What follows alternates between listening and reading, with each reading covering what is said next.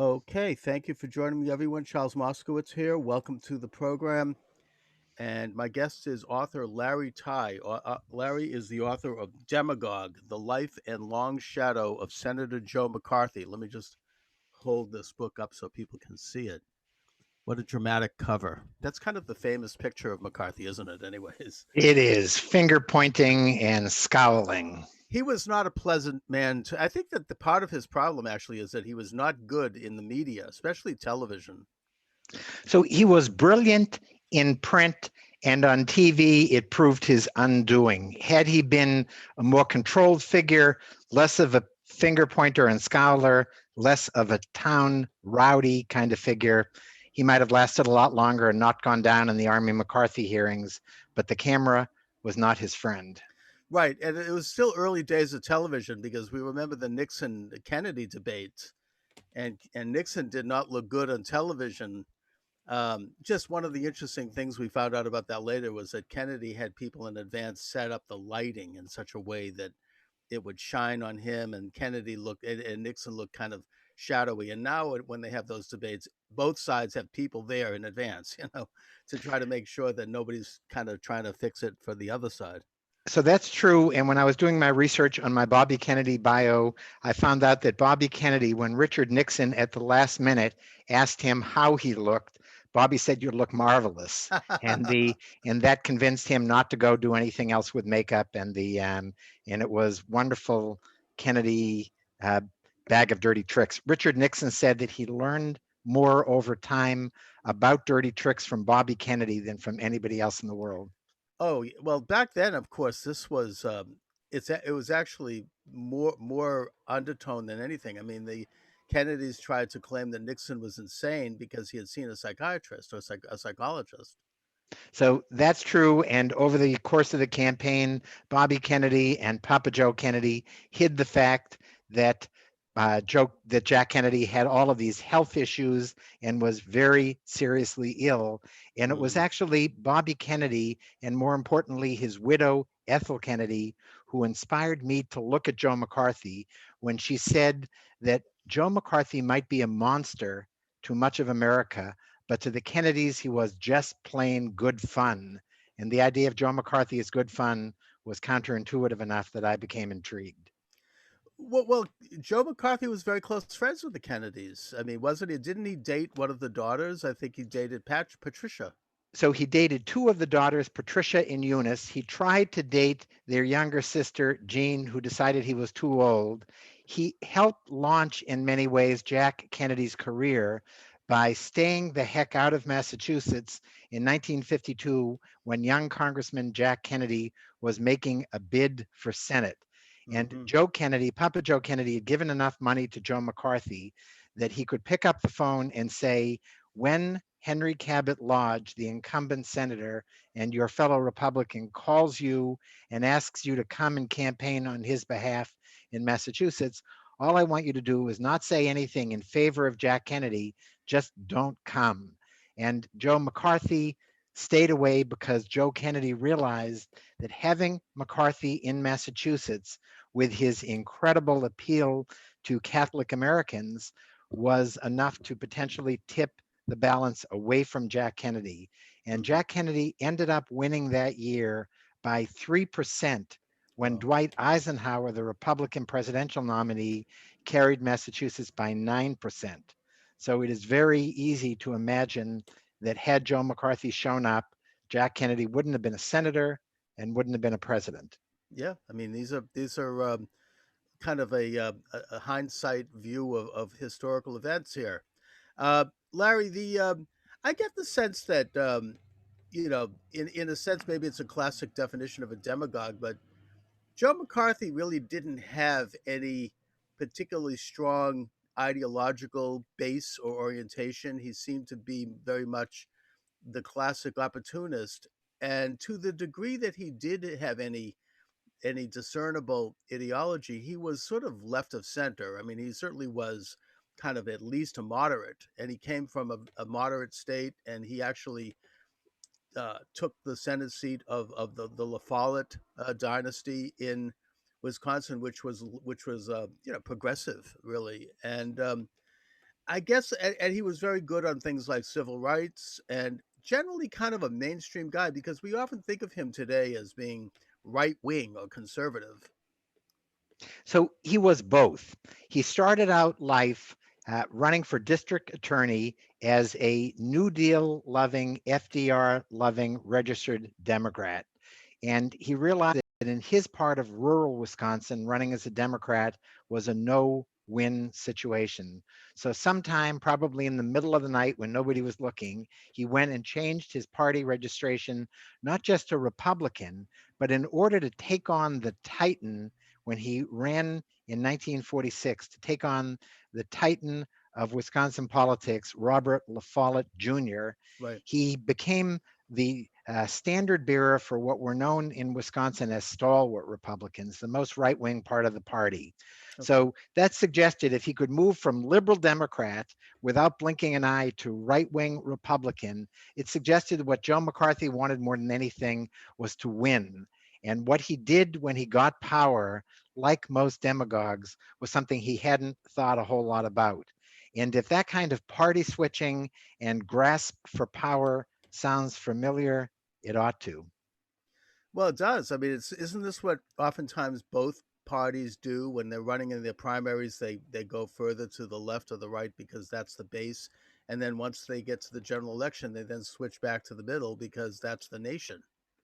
So that is true. And he was actually on exactly the opposite political trajectory from his pal, Bobby Kennedy. Bobby Kennedy started out life as a Joe McCarthy Cold Warrior kind of political figure and ended up becoming the iconic liberal he was when he ran for president and was assassinated in 1968.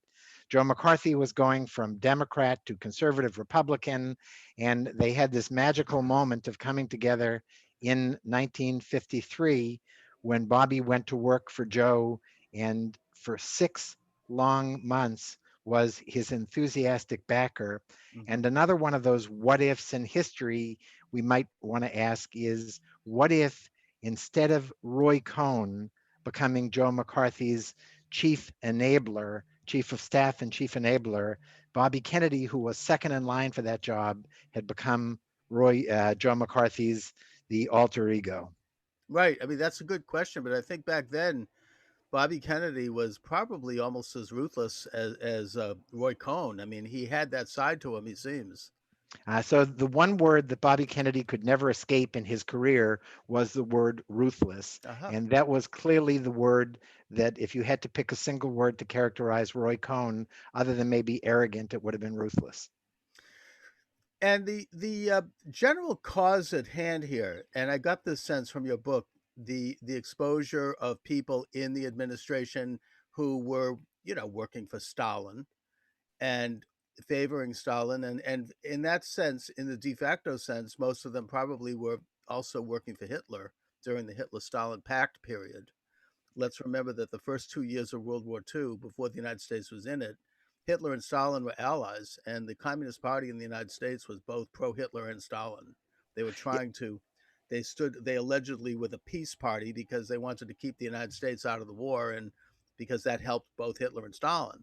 Then they took a 180-degree turn when Hitler double crossed Stalin in 1941 with the invasion of Russia. Yes. So there's no question that the big boogeyman back in 1950 when Joe McCarthy launched his crusade was Stalin. There is no question that the Soviets posed a real threat to the world and to America. And there is also no question that there were few people in the Senate or in public life who knew less about how to find a red at the State Department or anywhere else. There was a joke that was told about Joe McCarthy that I think reflected a whole element of truth. And the joke was that he could have been dropped in the middle of Red Square on May Day and not known how to find a communist. Most of the 24-carat spies were gone before Joe McCarthy came along, Right. and the lists that he enthusiastically waved were recycled ones. And I think that it could be argued that he did more damage to the anti-communist cause than he did to the communist cause during his 4.5-year reign of power. Well, just as a to again like talk a little bit about the background to McCarthy. Um, the House Committee on Un-American Activities was actually set up before World War II by Congressman Dick Stein and McCormick to investigate Nazis, and did so. And there was also even some question about whether the British were spying as well, the Stevenson question. And then it was after World War II and the defeat of Hitler that they shifted their attention to the Soviets.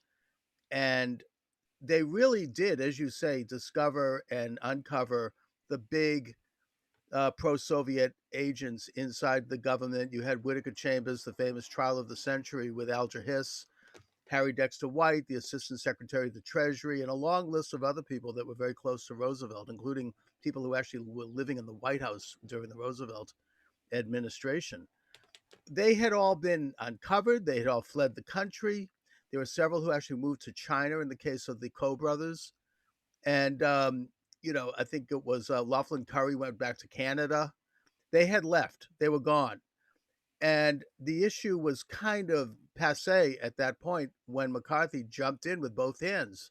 And yeah, he brought discredit to what I think was otherwise an important movement, an important function, anyways, and that is to expose this. So, can I take you back to the day that McCarthy launched his crusade to give a sense to your listeners of what an opportunist and a cynic he was? He showed up in the town of Wheeling, West Virginia on February 9th, 1950, to give the famous Lincoln Dinner speech. And that's a speech that Republicans all over America use their patron saint, Abe Lincoln's birthday, as a chance to raise money and raise enthusiasm for the party. McCarthy, who was a backbench senator who looked like he was on his way to being a one-term senator, was invited not to New York or Chicago, to Boston or Washington, where those cities that really mattered. He was invited to Wheeling, West Virginia. He shows up with a briefcase that has two speeches. One is a snoozer of a speech on national housing policy, which was something he actually knew a bit about. And if he had delivered that speech like he thought he might, you and I, 70 years later, wouldn't be here talking about Joe McCarthy, because he wouldn't have mattered. Mm-hmm. Instead, he reached into that briefcase and pulled out a sheaf of papers that he was looking at almost certainly for the first time. And he waved them around as he was reading his speech, written by a journalist, edited by his staffers, never read before the fact by Joe McCarthy, who wasn't even sure he'd ever give the speech. He had in his hand what he said was a list of 205 spies hiding behind all the pillars of the State Department. These were, he said, Reds that were Soviets that President Truman should have known about. Now, what he had in his hand that night, we're not quite sure, but what we know it wasn't was a list of 205 spies at the State Department. But that didn't matter. The Mm-hmm. press loved the story. He was not just saying there were traitors, he was counting the traitors and naming them, or saying he was going to name them. And within 2 days, Joe McCarthy was on the front page of every newspaper in America. Within 2 days, his crusade, and what would eventually become known as McCarthyism, was off and running, and he never looked back. And I think what he did was what the Senate, his fellow senators, very quickly proclaimed it as a fraud and a hoax. Not because there probably weren't spies still around somewhere.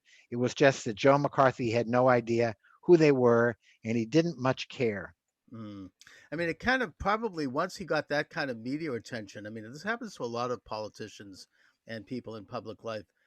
The experience is so intoxicating that he wrote it and he continued to write it as long as it happened. He didn't care.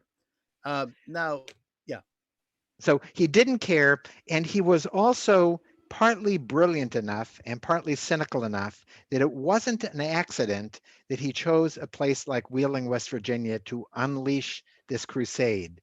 He was smart enough to know that the only reporters who would be there were the local reporter for the Wheeling Intelligencer newspaper and a local AP reporter. They Hmm. wouldn't know who to call for comment in Washington. They would just take what he said and run with it. He also didn't do this as a lunch speech.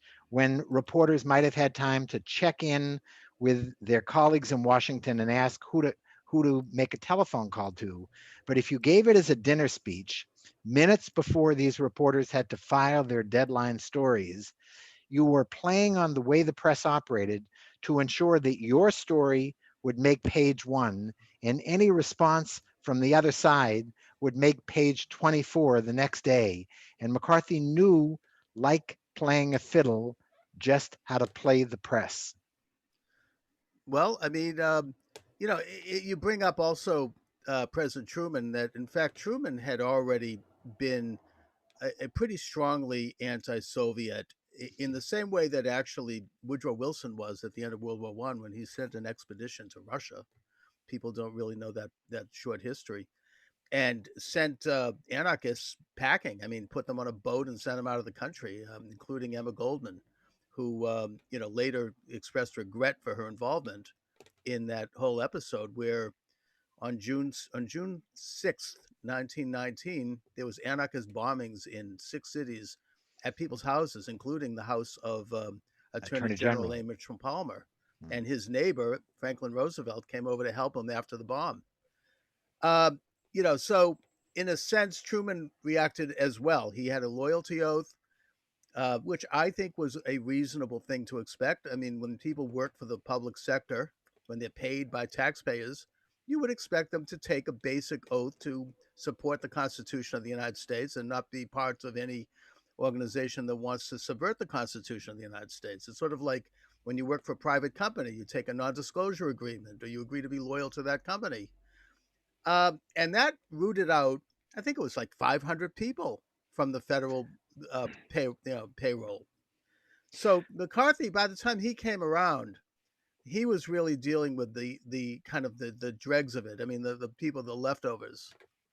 He was. So, as you point out, the House Un American Activities under Martin Dies had been out doing this for a long time. Truman had been doing it, and McCarthy came late, knew nothing, and yet there was something about his cowboy antics that we don't call it Trumanism, we don't call it Dieism, we call it McCarthyism, because he understood, whether it was appealing to the press or appealing to the public, how to do it in a way that by 1954, he was the second most popular public figure in America, trailing only Dwight Eisenhower.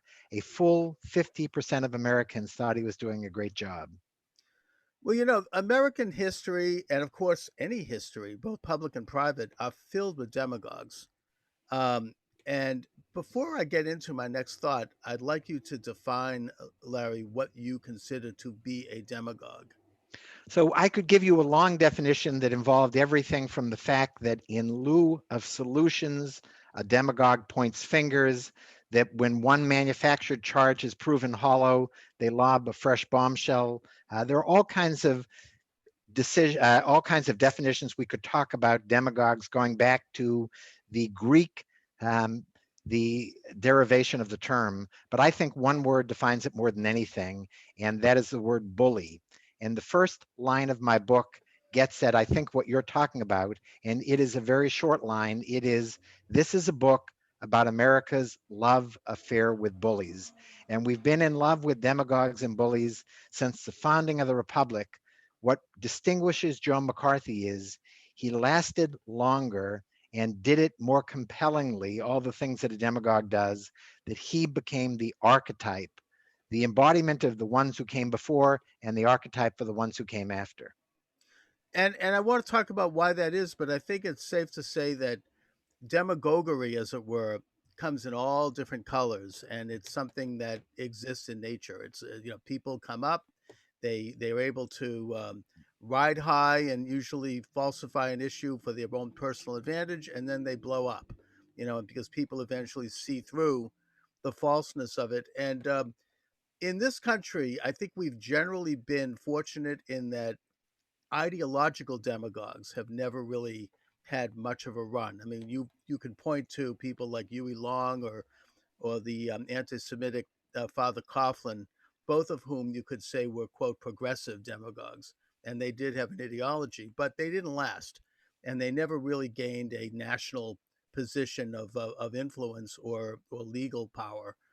And McCarthy was not either of that type. He was not an ideologue. He was simply trying to exploit an issue. And I would suggest that it was overall a good issue.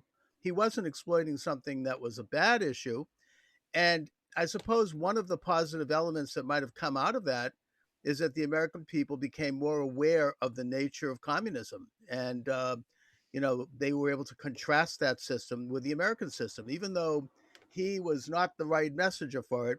Maybe it took some of that to get that message across because before that, nobody would listen to a nut guy like Whittaker Chambers or anyone like that.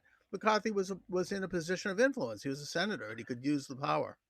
Yes. So I want to push back a bit on that. And I want to push back on number one, whether he was good in exposing this issue. And as I mentioned before, I think he did the anti-communist cause a whole lot of damage.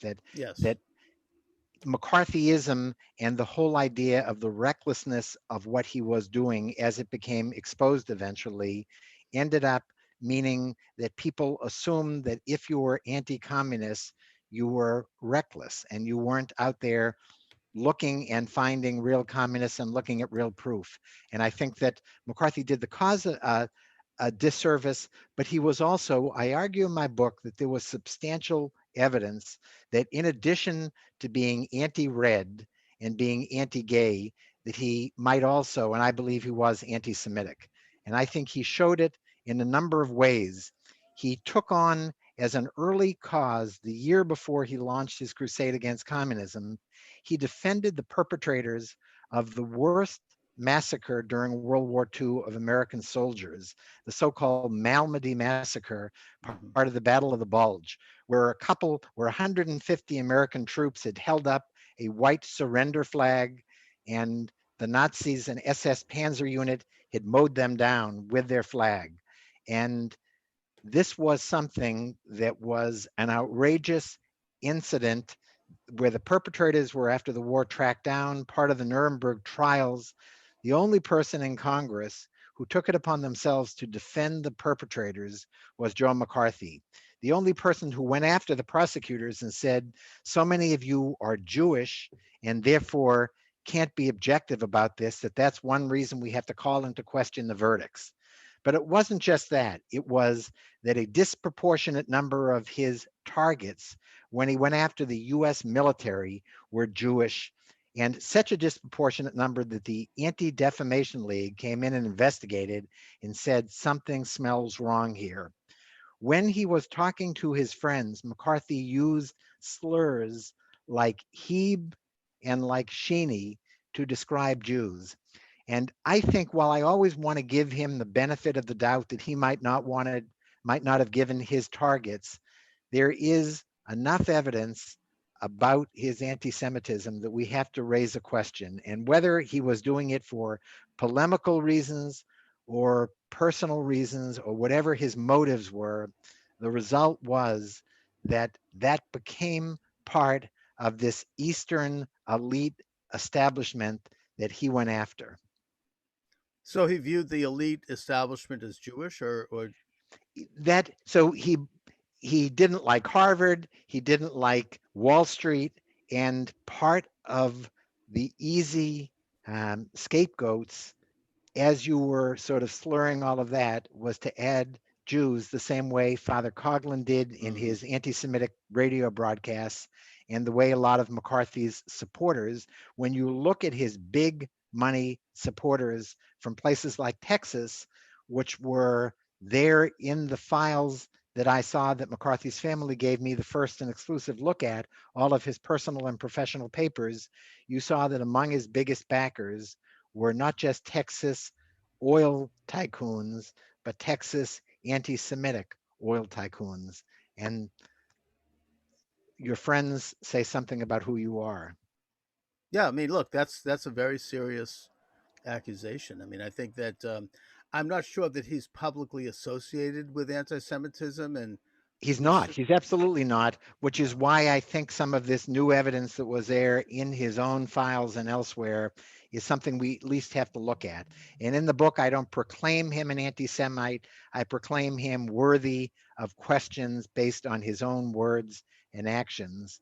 And I think we have to raise that question. No, I mean, certainly. I mean, there was a lot of anti-Semitism to go around back then. I mean, you could say that Franklin Roosevelt was an anti-Semite based upon comments he'd made, even to the press about Jews. And Truman, he wouldn't allow a Jew come into the White House. I think it was mostly his wife, but this was unfortunately, something that should be looked at in the broad sense of contributors to the Nazi Holocaust. I mean, why did the United States ban Jews from leaving Europe in the Evian Conference of 1940?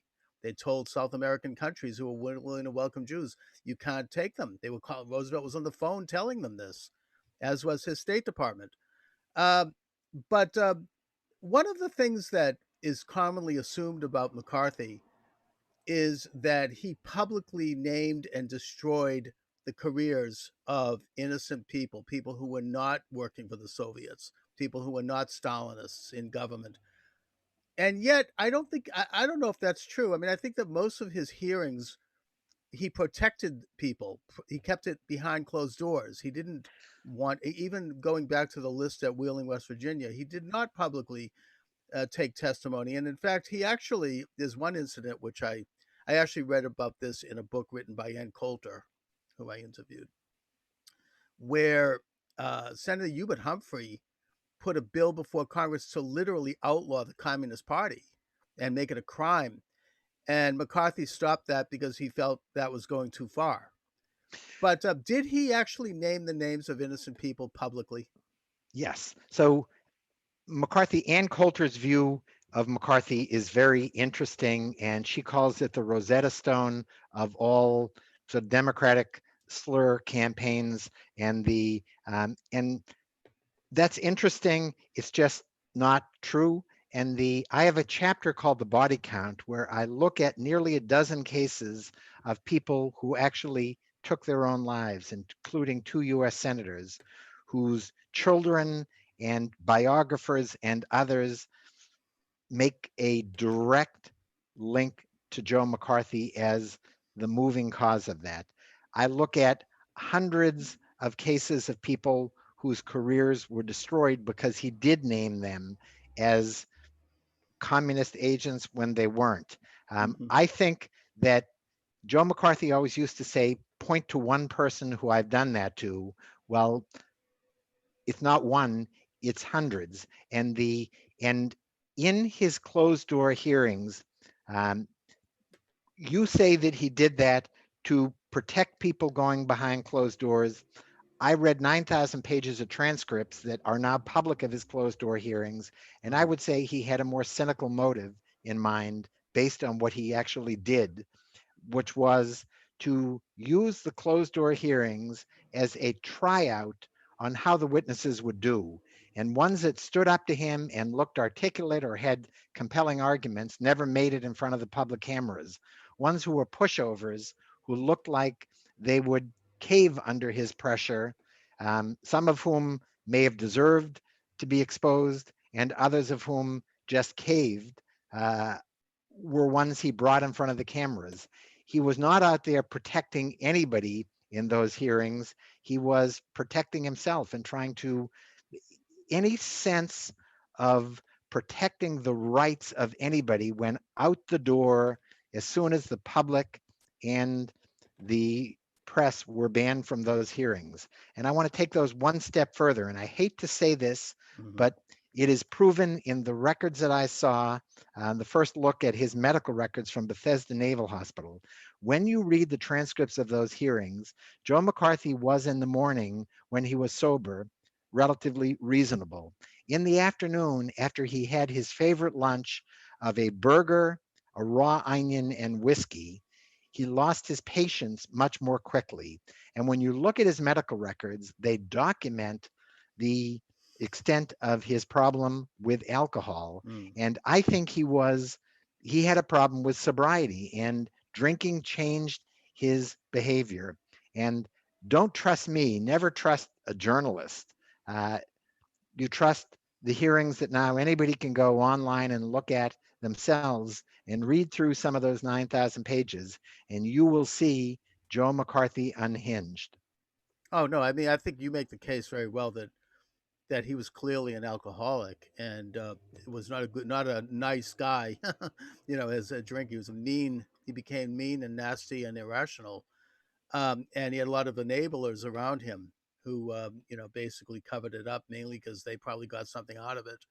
And that if he was naming names of people who are innocent, that's a disgrace, and that's contemptible, and that's in a way, as you say earlier, it brought great discredit to the otherwise good cause. The other problem with McCarthyism is that it created a paranoia in this country that went beyond the actual threat to the degree that all of a sudden, a liberal left wing, high school teacher would be under suspicion. I mean, it would be, even though that started even before McCarthy, and people would suddenly, you know, becoming paranoid about this. And if somebody is a former communist, which there were a So lot of that's them. exactly, so that is true. If you flirted with left-wing politics back in your college days, he would use it as a way to condemn you. And you're exactly right that he gets blamed for a lot of things that a lot of other people did. A lot of the things that are lumped into McCarthyism predated him, and yet he wanted to take credit for so much that was not stuff that he did, that in a way, maybe there's a poetic justice that he is after the fact blamed for more than he was responsible for, but he was responsible for plenty. And he took the harshest critics that I interviewed for this book about Joe McCarthy were the most effective anti-communists of their era and of our era, because he did undermine so much of what went on. And you used a word that I think I'd like to just spend 1 minute talking about, which was Mhm. the word enabler. And McCarthy had endless enablers. His enablers were his fellow US senators, Democrats who didn't go after him because they saw that when you took on Joe McCarthy, he sent a bulldozer your way. Republicans who didn't go after him because even with the Eisenhower landslide of 1952, their margin in the Senate was razor thin, and taking on and potentially bringing down one of their own was something they were anathema to do. His financial underwriters from Texas and other places were enablers. Dwight Eisenhower was an enabler. Eisenhower's brother Milton started whispering in his ear from the day that Dwight was elected at the end of 1952, saying, "Give up some of your popularity, take on this bully." Dwight believed that he was a bully, told his staff that, but he waited for McCarthy to do himself in, and that meant a lot of people were really hurt. But the biggest enabler of all was you and me, was the American public that bought into his facile and easy answers when we should have known better. And demagogues are ultimately, in a democracy, a function of the voters who elect them and continue to let them do whatever damage they're doing. And I think that, was it not Eisenhower himself who really eventually did pull the trigger against McCarthy? I mean, the whole idea, I think McCarthy wanted to subpoena conversations Eisenhower was having with the Army during the Army McCarthy hearings. And Eisenhower claimed executive privilege and would not cooperate. In fact, that same argument would later be used by Richard Nixon in the Whitewater and by President Donald Trump. And I think Obama used it too in Fast and Furious. And it became like a kind of a feature of assumed presidential power as a result. So that is true. And Eisenhower did help bring McCarthy down during the Army McCarthy hearings. McCarthy did what Eisenhower suspected he would eventually do. He took on an enemy that was too big to bully, and that enemy was the US Army. And during those hearings, partly Eisenhower developed the backbone that his brother had urged him to have earlier. The Army developed the backbone. But most importantly, what took Joe McCarthy down in the Army McCarthy hearings. He starts the hearings with a favorability rating of 50%. He ends the hearings with a favorability rating of 34%. And what brought him down was the TV camera. As you Mm. and I talked about at the beginning, people watched this guy and they said, he's not our champion, he's the town rowdy. And they it was not Joe Welch, the lawyer who famously asked, have you no sense of decency? It Hmm. was Joe McCarthy proving to all the TV viewers that he lacked that decency when they watched him day after day in the most heavily publicized congressional hearings in American history to that point. Somebody should have taken away the bottle of bourbon. If they had done that, his wife tried, his buddies tried, and if somebody had been able to do that, we might have seen a very different Joe McCarthy at those hearings and elsewhere. And you mentioned a really interesting wrinkle in that whole business of the Army lawyer Welsh with the "Have you no shame, sir?" That that was kind of a trap set up by him for McCarthy. He kind of it's a classic, bait and switch. He dangled the fact that this attorney for Hale and Dorr, Fred Fisher. Fisher, had been a member of the National Lawyers Guild, which was a communist front, and that he had been already outed by the law firm months before the hearing. And they, this is probably that's where McCarthy heard of it, or one of his aides heard of it. So I And think what Fred, you're exactly right. What I think though, what Joe Welch did was he had in his back pocket that line of "Have you no sense of decency," and he was ready to use it. The only thing that he was better at than law was acting, and mm, he was ready to use it at whatever moment McCarthy did something outrageous, and he found that moment. right, and it just was a great pivotal piece of drama that kind of stuck in everyone's mind as a result of that event. Now, of course, then McCarthy was censured by the Senate. It was the third time in I think in American history that you had such a censure issued. Not because he was anti-communist or anything. It had more to do with, because no senator wanted to go on record as being seen as supporting communism, but instead it had to do with his lack of congeniality with the U.S. Senate and his lack of behavior, which was not seen as improper in terms of how a senator was supposed to comport themselves. But the result of that was that McCarthy would be completely shunned by the U.S. Senate from all sides. Yes. So my only twist on what you said is to say that I think the reason his fellow senators brought him down, including 22 of the 44 Republicans, was because they didn't like him from the start. They knew he was a bully, and they developed suddenly this courage when his numbers were down at 34% and knew they could safely take him on. And the only senator who we don't know how he would have voted on that was a guy named Jack Kennedy, who was having back surgery and said he couldn't vote for that reason, but he never paired his vote with another senator from the other side who wasn't going to be able to be there and vote.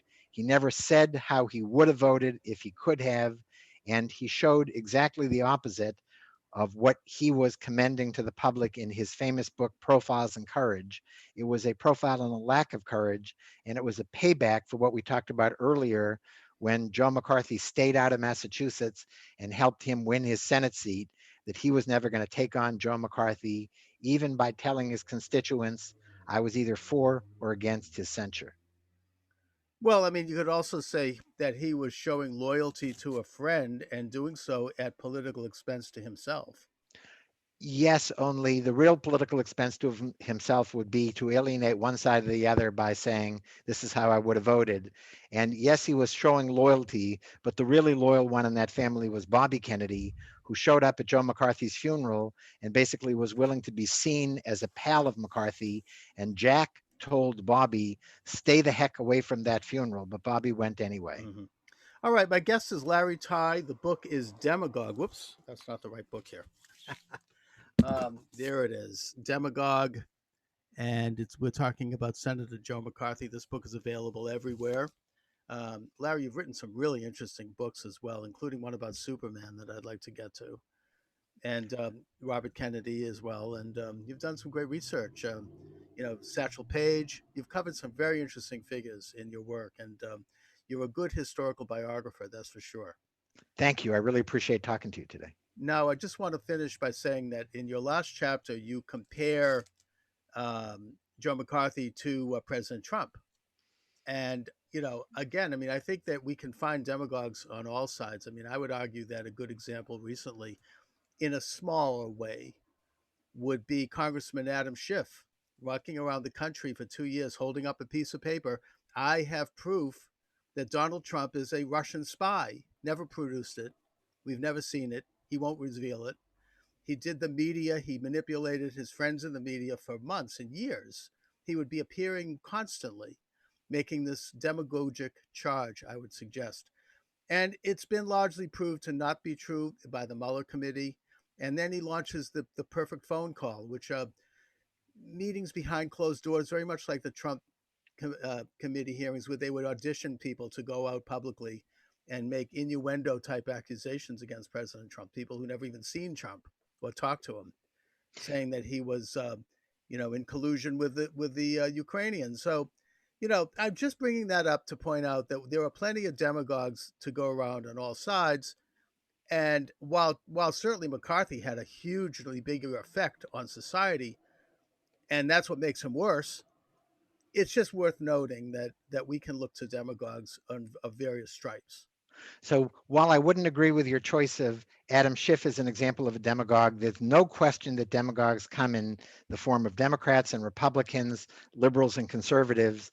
But I would also say the one who has borrowed Joe McCarthy's playbook most often and most effectively is President Trump. And there is that flesh and blood through line from Roy Cohn as McCarthy's protege to Roy Cohn as Trump's tutor that to me is sort of takes the argument out of the hypothetical and says he really did learn from Joe McCarthy. And Donald Trump says every time he gets into trouble, I wish I had a Roy Cohn by my side. And what I think he's really saying is, I wish I had a Joe McCarthy by my side, but it would be unacceptable to say that. But we don't have to, we've agreed on so much today. We don't have to Oh agree no, on this last bit. that's too big a topic. Maybe we could do another program on that one because I That would be completely great. reject that. But All anyway, right. Larry, thank you so much for joining me. It's a very interesting conversation, and I really appreciate it. Thanks a lot. All right, Bye-bye. Larry, take care. Thank you.